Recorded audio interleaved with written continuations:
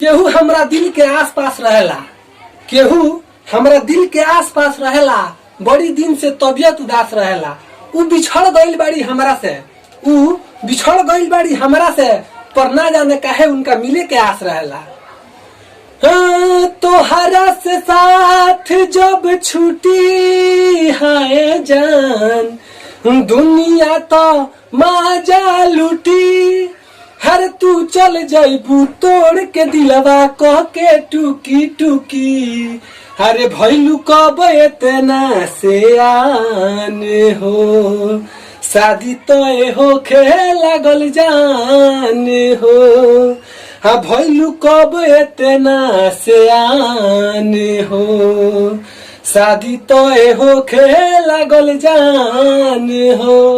मोहब्बत का नतीजा दुनिया में हमने बुरा देखा। मोहब्बत का नतीजा दुनिया में हमने बुरा देखा।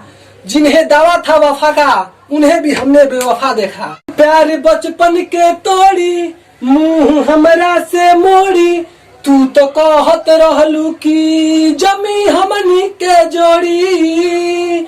याद पार कोइल अपन वादा हाय जान, हम भूल कैसे गइलू रे दादा।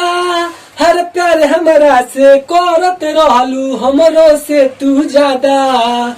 भइलू कब इतना से आन हो, शादी तो होखे लागल जान हो। तोहरा से साथ जब छूटी हाय जान, दुनिया तो माजा लूटी। हर तू चल जाइबू तोड़ के दिलवा कह के टूकी टूकी।